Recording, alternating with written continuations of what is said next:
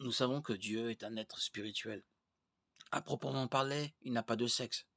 Cependant, Dieu a choisi de se révéler à l'humanité en utilisant des pronoms et des images se référant au genre masculin.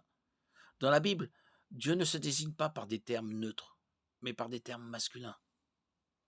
Puisque Dieu a choisi de se révéler à l'humanité dans un langage qui spécifie le genre masculin, nous pouvons et devons nous référer à lui dans un langage similaire. Il n'y a aucune raison biblique de cesser d'utiliser des pronoms masculins pour désigner Dieu. Dès le début de la Bible, Dieu se désigne par des pronoms masculins. Dieu créa l'homme à son image, il le créa à l'image de Dieu, il créa l'homme et la femme. Genèse 1, 27. Dès le départ, Dieu se désigne par des termes masculins.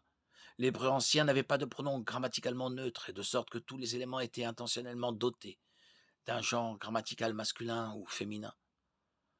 Le choix de ce pronom a donc été fait de manière délibérée. Dans l'Ancien Testament, les pronoms se référant à Dieu sont grammaticalement masculins.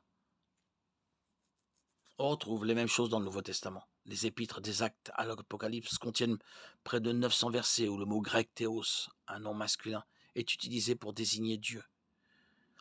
Bien que le grec connaît et des termes neutres en termes de genre, Dieu est toujours désigné par le genre masculin.